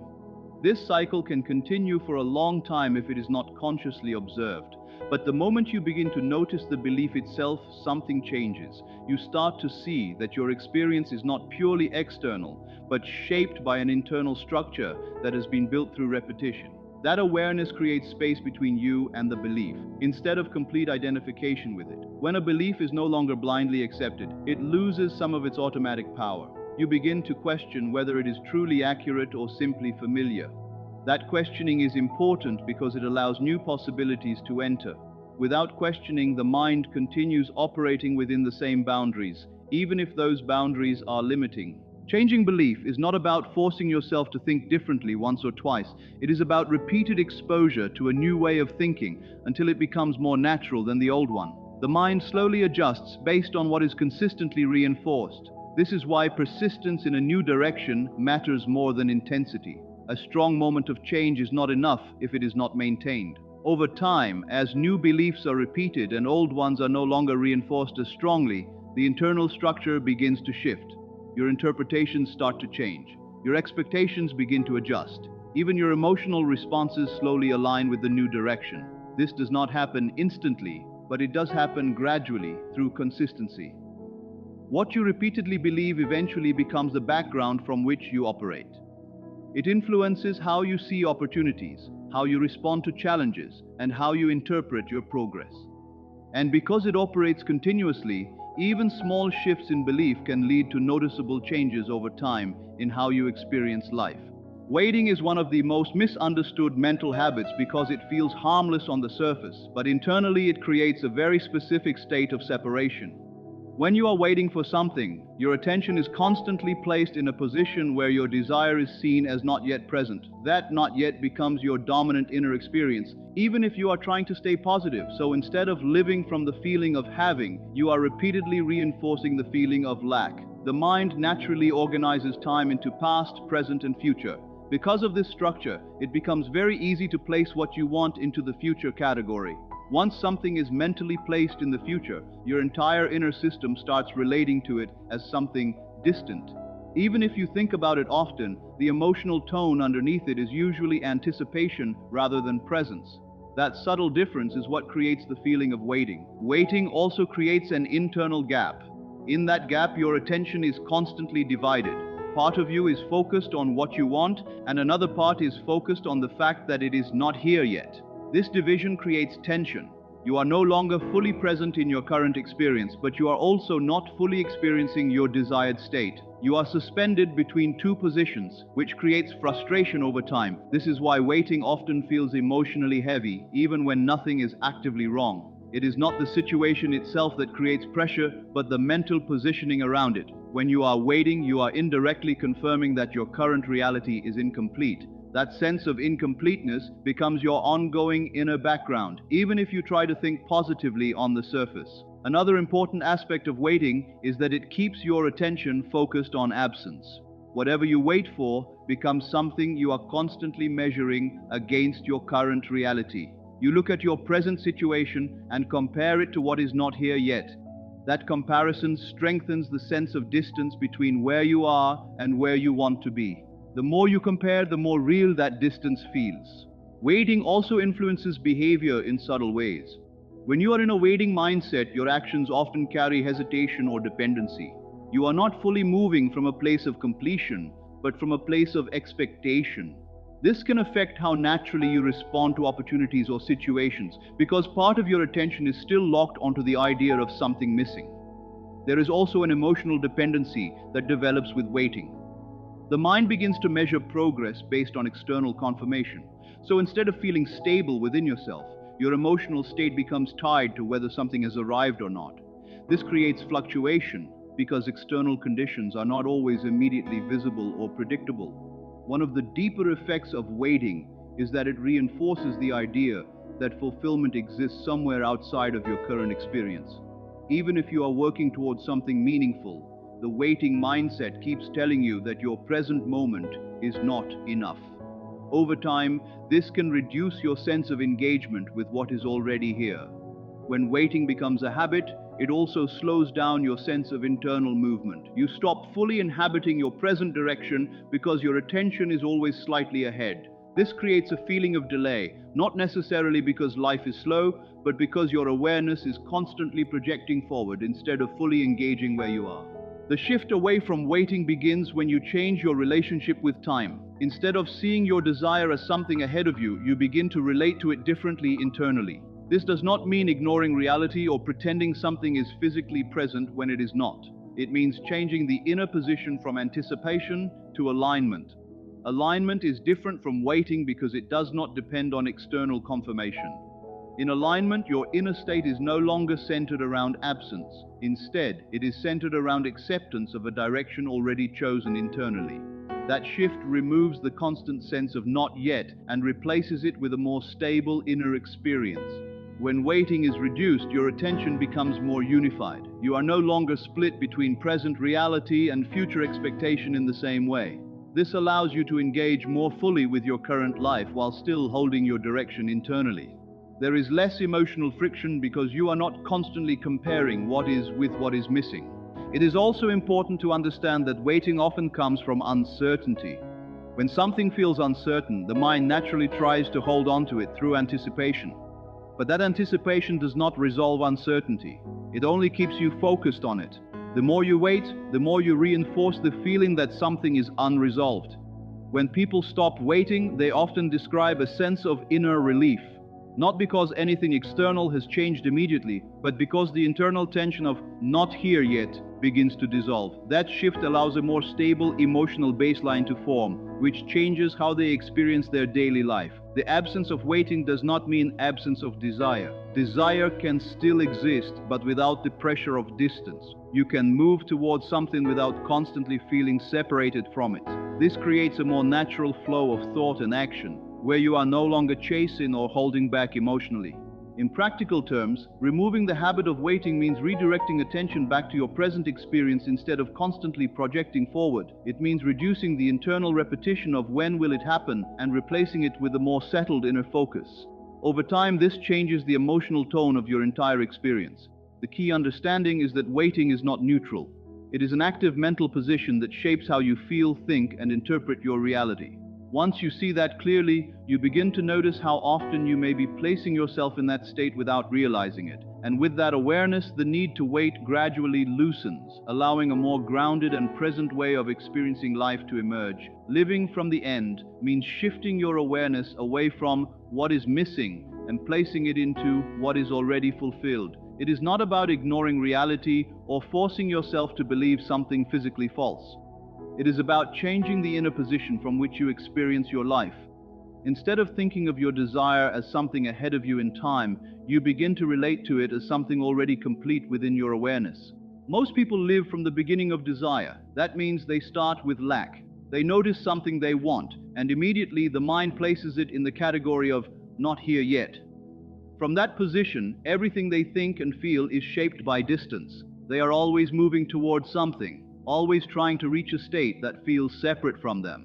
This creates an ongoing sense of pursuit, even when they are not actively doing anything. Living from the end is the opposite of that inner movement. Instead of starting from absence, you start from completion. You mentally and emotionally place yourself in the state where the desire is already fulfilled, not as imagination for escape, but as an internal shift in identity and perception. You begin to respond to life as someone who is no longer waiting for something to complete them, but someone who already carries that sense of completion within. This does not mean your external situation instantly changes. It means your internal reference point changes first, and that internal shift slowly influences how you think, how you react, and how you interpret your experiences. When your reference point changes, your perception of reality also begins to shift over time. Living from the end changes how you think about time. Instead of constantly projecting yourself into a future where things will finally be okay, you begin to reduce that mental distance. The future stops being a place where fulfillment is stored. Instead, fulfillment becomes a state you align with internally in the present moment. This removes a lot of pressure from your thinking because you are no longer treating life as something incomplete.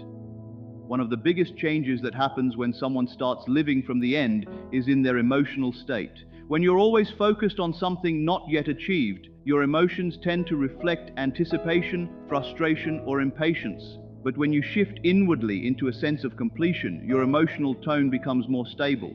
There is less urgency, less internal chasing, and more calmness in your overall experience. This shift also changes how you interpret situations. When you are living from lack, every situation is measured against what is missing. When you are living from the end, situations are no longer judged in the same way. They are seen as part of a process rather than proof of absence. This reduces emotional reactivity because everything is no longer interpreted as a confirmation of lack. Living from the end is closely tied to identity. It is not just about thinking differently, but about operating from a different sense of self. If you still see yourself as someone who is trying to get something, your thoughts and reactions will reflect that. But if you begin to see yourself as someone who already has a connection to that desire internally, your responses begin to shift accordingly. This does not require pretending or forcing belief. It is more about gently redirecting attention. Instead of constantly asking, when will it happen? The focus becomes, how would I think or feel if this was already part of my life in a deeper sense? That shift in focus gradually changes the tone of your inner world. Another important aspect of living from the end is that it reduces internal contradiction. When your mind is focused on lack, but you are trying to act positive externally, there is often a mismatch. Internally, you still feel separation, even if externally you are trying to act confident. Living from the end aligns the internal state first, which makes external expression feel more natural. It also affects decision-making. When you are operating from lack, decisions are often influenced by urgency or need. When you are operating from a sense of completion, decisions tend to come from a more stable place. You are no longer reacting to pressure, but responding from a calmer internal foundation. Over time, this way of being becomes more natural if it is consistently practiced. At first, the mind may revert to old patterns of thinking, especially when external conditions do not immediately change. But living from the end is not dependent on immediate external validation. It is an internal shift that develops through repetition and awareness. There is also a subtle psychological benefit to this approach. When you stop constantly identifying with lack, your mental space becomes less consumed by longing and more open to present experience. You begin to notice things you were previously overlooking because your attention is no longer fully locked into absence. Living from the end also helps reduce emotional dependence on outcomes. When your sense of fulfillment is always tied to something in the future, your emotional stability fluctuates with external events.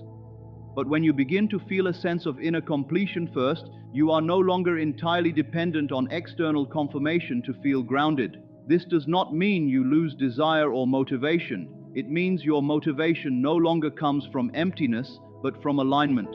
You are no longer trying to fill a gap, you are expressing a state. That difference changes the quality of your thoughts, your actions, and your overall experience. There is also a natural unfolding that happens when this state is maintained. As your inner sense of identity shifts, your perception begins to adjust, and over time your external experiences start to reflect that internal change. Not instantly, and not always in obvious ways, but gradually in a way that aligns with the new internal direction. Living from the end is ultimately about changing where you stand internally. Instead of standing in the feeling of not having, you begin to stand in the feeling of already being aligned with what you desire. From that position, your experience of life naturally begins to reorganize itself over time. Identity is the quiet foundation behind almost everything you experience in life. It is not just what you say about yourself, but what you consistently assume to be true about who you are. Long before you make a decision or take an action, identity is already shaping the direction of that choice. It works silently in the background, influencing how you interpret situations, how you respond to challenges, and what you believe is possible for you. Most people do not consciously choose their identity in a clear moment. It is formed gradually through repetition of thoughts, experiences, and self-talk over time. If you repeatedly think of yourself in a certain way, even subtly, that pattern becomes familiar. And once something becomes familiar, the mind begins to treat it as normal. That normal feeling becomes your identity, not because it is fixed truth, but because it has been reinforced often enough to feel natural. Identity is powerful because it acts like a filter. It determines how you see yourself in every situation. Two people can face the same event, but their internal identity will shape completely different interpretations. One may see an opportunity to grow, while another may see proof of limitation. The external situation is the same, but identity is what decides the meaning assigned to it. What you identify with also influences your expectations. If your identity is connected to struggle or difficulty, you will unconsciously expect similar patterns to repeat. These expectations are not always spoken in your mind. They often exist as quiet assumptions. You may not say this will go wrong, but internally you may already feel that outcome as familiar. That familiarity then influences how you act, even without realizing it. Identity also shapes emotional reactions. When something happens, your response is not only about the situation itself, but also about how that situation aligns with who you believe you are. If something challenges your identity, it creates discomfort. If something matches it, it feels normal or expected. This is why people often feel strongly about situations that relate to their self-image, even when the situation itself is small. Over time, identity becomes self-reinforcing.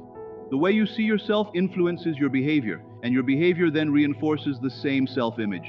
This creates a loop. For example, if someone identifies as someone who always delays things, they may unconsciously act in ways that maintain that pattern.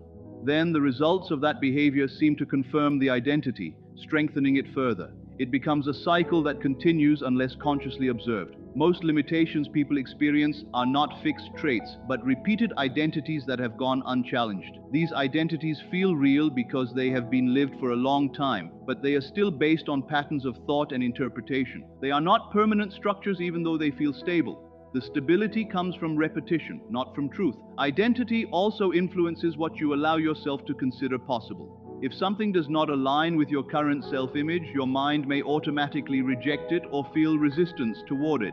This happens before conscious reasoning even takes place. It is a protective mechanism of the mind, trying to keep your experience consistent with what it already recognizes as familiar. This is why change often feels uncomfortable at first. When you begin to shift how you see yourself, there is an internal adjustment period. Old identity patterns try to reassert themselves because they are familiar. Even if they are limiting, they feel stable. New identity patterns feel unfamiliar, even if they are more aligned with your goals. That unfamiliarity can create temporary resistance. Identity is also closely tied to attention. You tend to notice things that match how you see yourself. If you identify with struggle, you will naturally pay more attention to situations that reflect struggle. If you begin to shift identity, your attention slowly starts to notice different aspects of your experience. This does not mean reality has changed instantly. It means your focus is adjusting. Another important aspect is that identity influences your internal dialogue.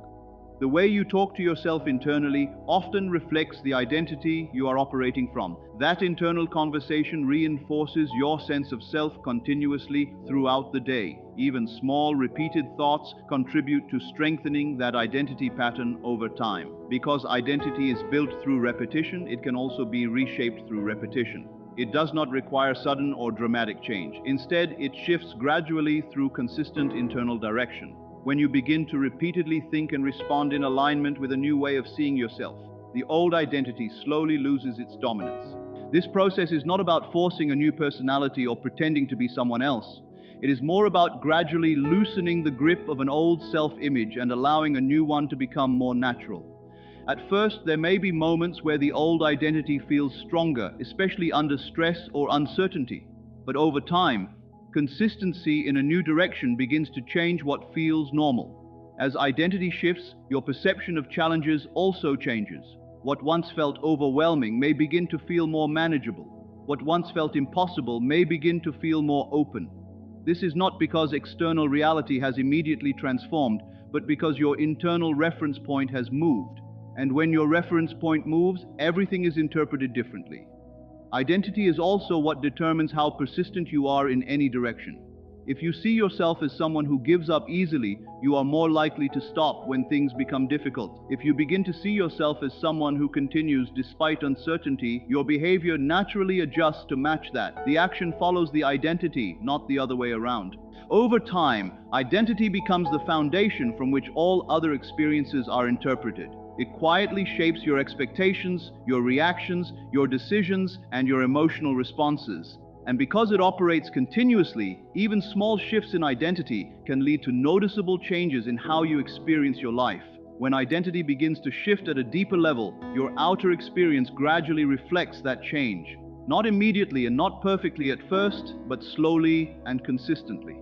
Because identity is not just how you think about yourself, it is the lens through which you experience everything.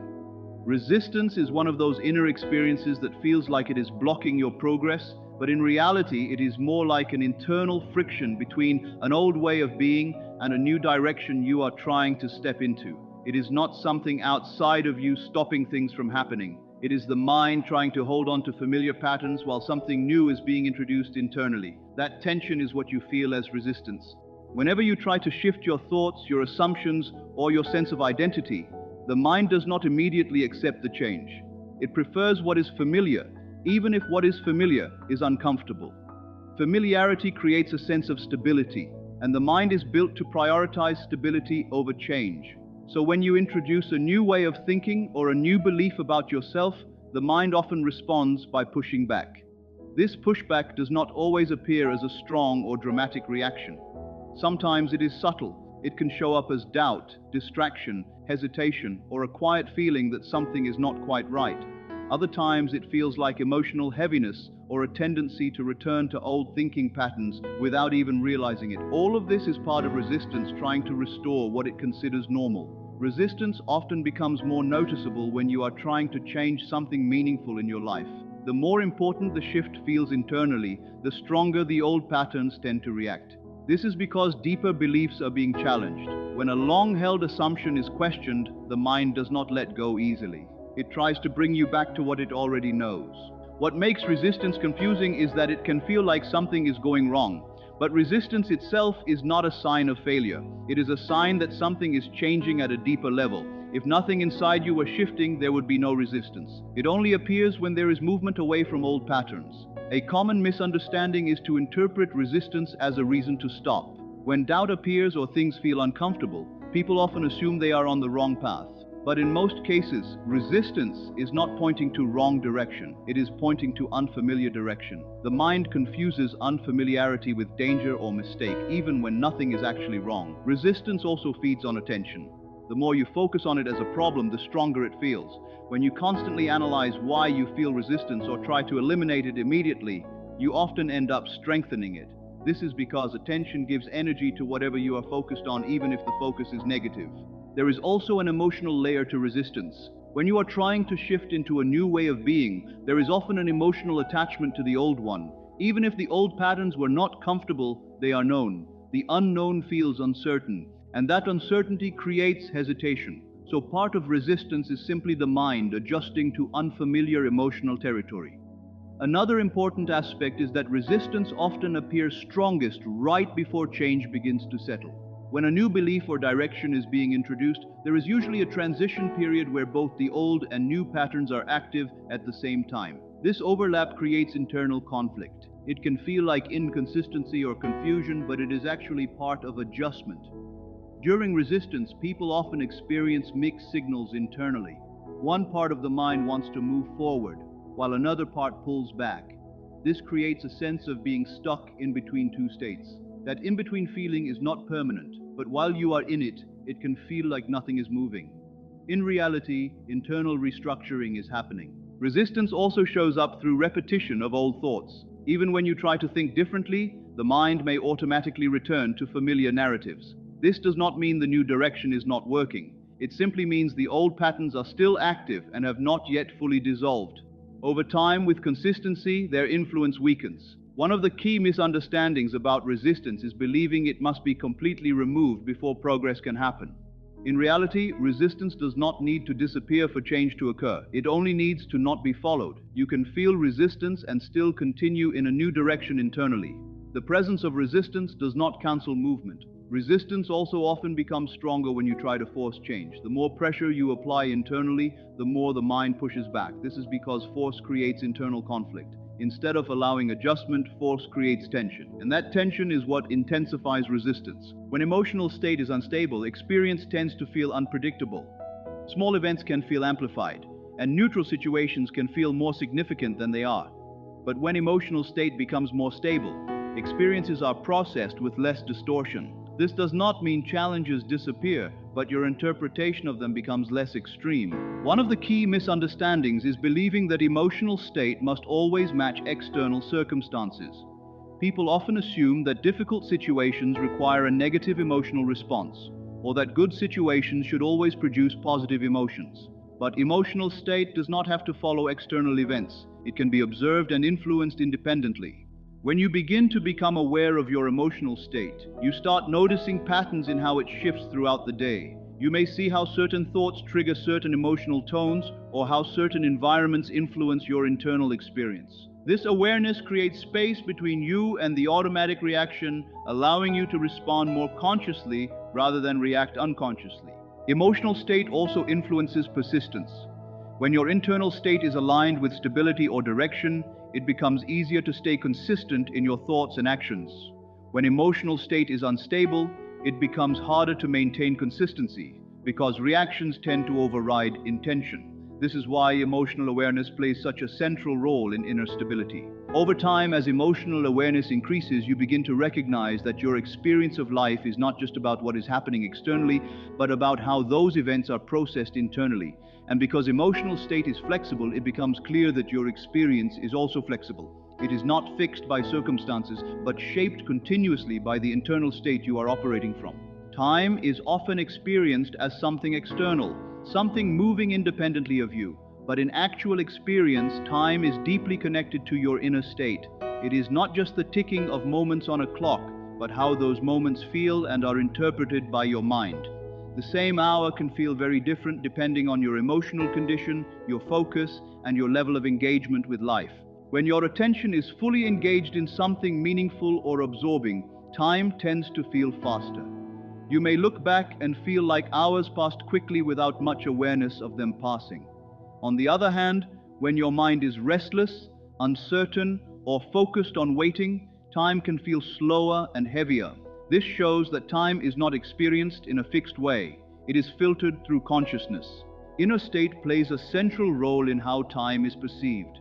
When you are calm and present, time feels more natural and less pressured.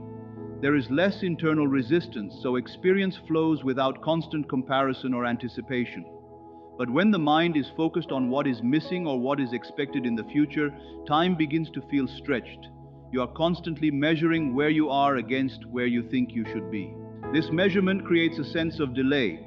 Even if nothing external is actually slow, your perception of time becomes slower because your attention is constantly divided between present experience and future expectation.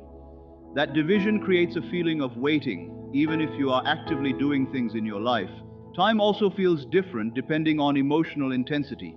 In moments of strong emotional reaction, time can feel distorted. A brief moment can feel very long in memory, while long periods of routine can feel like they passed quickly. This is because the emotional intensity leaves a stronger imprint on awareness, which alters how time is remembered and experienced. Your inner state also determines how much you are present in time. When the mind is scattered across thoughts, worries, or projections, you're not fully experiencing the present moment. Instead, part of your awareness is always elsewhere, either in the past or the imagined future. This creates a feeling of disconnect from time, as if it is slipping by without full engagement. When your inner state becomes more stable, your experience of time changes. There is a greater sense of being present within each moment, rather than constantly moving ahead of it.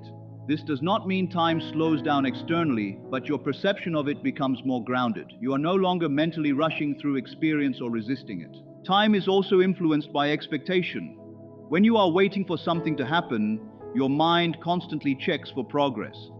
This creates repeated comparison between now and a desired future moment. That comparison makes time feel like it is not moving quickly enough. The more attention is placed on not yet, the more stretched time feels. When expectation is reduced, time feels more neutral. You are not constantly measuring progress against an internal deadline or imagined outcome. Instead, you are more engaged with what is actually unfolding in the present. This reduces the psychological pressure placed on time, making experience feel more continuous rather than fragmented. Memory also plays a role in how time is perceived. When you look back on periods of life that were emotionally intense or mentally active, they often feel longer in memory. Periods of routine or emotional repetition may feel shorter in hindsight. This shows that time is not only experienced in the moment, but also reconstructed through emotional significance. Your inner state determines what gets emphasized in memory. If a period of life was filled with anxiety or anticipation, that emotional tone shapes how that time is remembered. If it was calm or stable, the memory may feel more uniform. This means that time is not only lived but also interpreted after it is lived, based on inner experience. Another important aspect is that time feels different when you are resisting it versus when you are allowing it. Resistance creates pressure against the present moment, making time feel heavier. Allowing experience to unfold without constant internal resistance creates a more natural flow, where time feels less constrained and more fluid. When you are deeply focused on internal thoughts about outcomes, time becomes less about experience and more about anticipation. You are not fully living in the present moment. Instead, you are mentally projecting forward. This projection creates a sense of separation between where you are and where you think you should be, which distorts the feeling of time. Inner alignment reduces this distortion. When your thoughts, emotions, and attention are not constantly pulled in opposite directions, your experience of time becomes more cohesive. You are no longer fragmented between different mental states, so time feels more consistent and less emotionally charged. It is also important to understand that time does not speed up or slow down objectively based on your inner state. What changes is your perception of it. Your awareness determines how time is experienced, not the clock itself. This means that shifting your inner state changes your experience of time without changing time itself. Over time, as awareness of this connection increases, you begin to notice how your internal condition shapes your daily experience of time. You may observe that when you are more present and less mentally divided, time feels more stable. When you are focused on anticipation or resistance, time feels more fragmented. This understanding shifts how you relate to experience. Instead of feeling controlled by time, you begin to see how your inner state interacts with it. Time becomes less of an external pressure and more of a reflection of how you are internally engaging with the present moment. Expectation is one of the most subtle forces shaping your experience because it works quietly in the background of your mind, influencing how you interpret everything before it even happens. It is not always something you consciously notice, but it is always present in some form.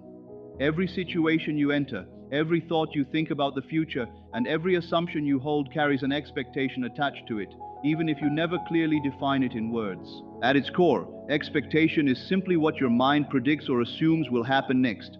These predictions are not always based on logic or evidence. They are often formed from past experiences, emotional patterns, and repeated thoughts. Over time, the mind starts to rely on these patterns as shortcuts, automatically expecting similar outcomes in similar situations. This is why expectation feels natural, even when it is limiting or inaccurate. Expectation plays a powerful role in shaping emotional experience. Before anything actually happens, your mind often creates an internal version of it. That internal version carries a feeling tone. If the expectation is positive, there may be anticipation or openness. If the expectation is negative, there may be tension or resistance. So in many cases, you are emotionally responding to an imagined future before it even becomes real. This is why expectation can influence how you experience reality even before it unfolds.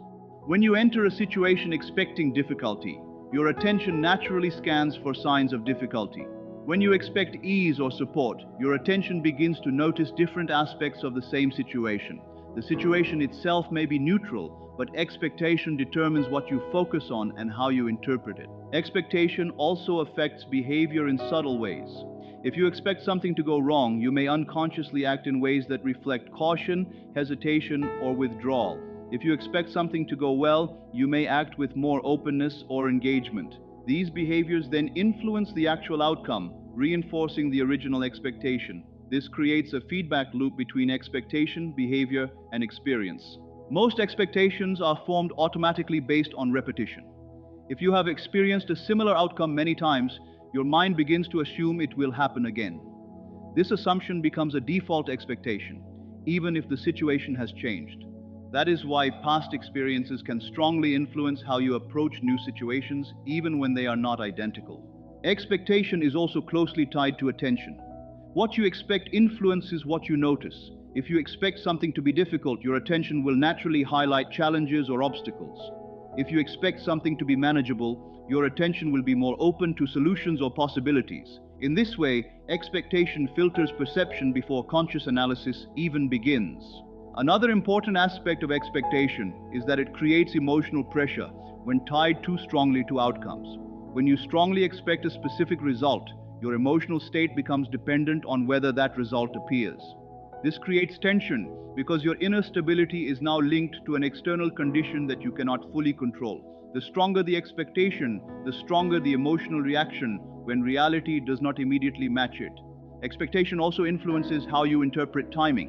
When you expect something to happen quickly and it does not, the delay can feel more significant than it actually is.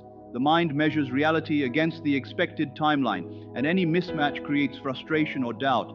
This does not necessarily reflect what is happening externally, but how the internal expectation is structured. Many people confuse expectation with certainty, but they are not the same. Expectation often carries emotional projection, while certainty is more grounded and neutral. Expectation tends to involve anticipation of specific outcomes, while certainty is more about inner stability regardless of timing or external confirmation. When expectation is too rigid, it can create disappointment. When it is more flexible, it becomes less emotionally disruptive. Expectation also shapes memory. When you look back on events, your original expectation influences how you remember them. If something did not meet your expectation, it may feel more negative in memory. If it exceeded expectation, it may feel more positive. This means that expectation not only affects the present moment, but also how past experiences are stored and interpreted. In daily life, expectation is constantly being updated, even if you're not aware of it. Every new experience slightly adjusts what your mind assumes will happen next. However, unless there is conscious awareness, old expectations often remain dominant. This is why people can repeatedly experience similar patterns even when they want different results. The underlying expectation has not yet fully changed. Expectation can also create internal conflict when it is not aligned with your conscious intentions. You may consciously want one outcome, but internally expect something different based on past conditioning. This creates mixed signals in your emotional and behavioral responses. The mind is essentially operating on two different assumptions at the same time, which can feel like inconsistency or confusion. When expectation begins to shift, your experience starts to change in subtle ways. At first, the external world may not look different, but your interpretation of it begins to shift. You may notice that situations feel less fixed or less predictive. There is more openness in how you perceive outcomes, even if nothing has fully materialized yet. Expectation is also deeply connected to control. When expectation is rigid, it often comes from a desire to control how things should unfold. But life does not always follow fixed mental projections. When reality does not match expectation, the emotional system reacts. This reaction is not about the situation itself, but about the difference between what was expected and what is actually unfolding. As awareness of expectation increases, you begin to see how much of your emotional experience is shaped before events even occur. This awareness creates space between expectation and reaction. Instead of automatically responding to outcomes, you start noticing the expectation behind your response. That recognition allows for more flexibility in how you interpret and engage with experience.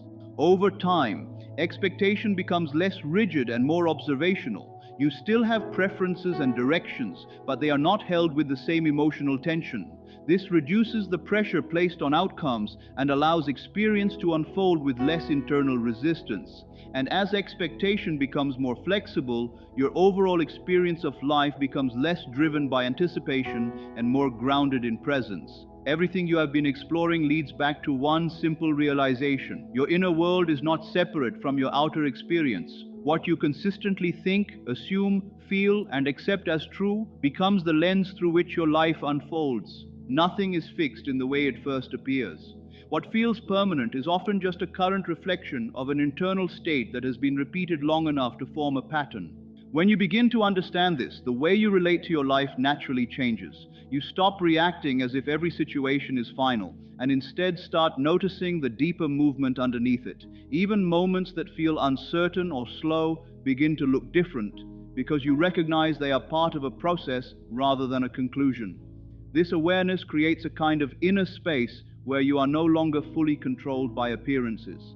There is a quiet strength in realizing that change does not begin outside of you. It begins within the way you see yourself and the meaning you give to your experiences. Once that shifts, everything else begins to reorganize in its own time, not because you forced it, but because the source of your experience has changed.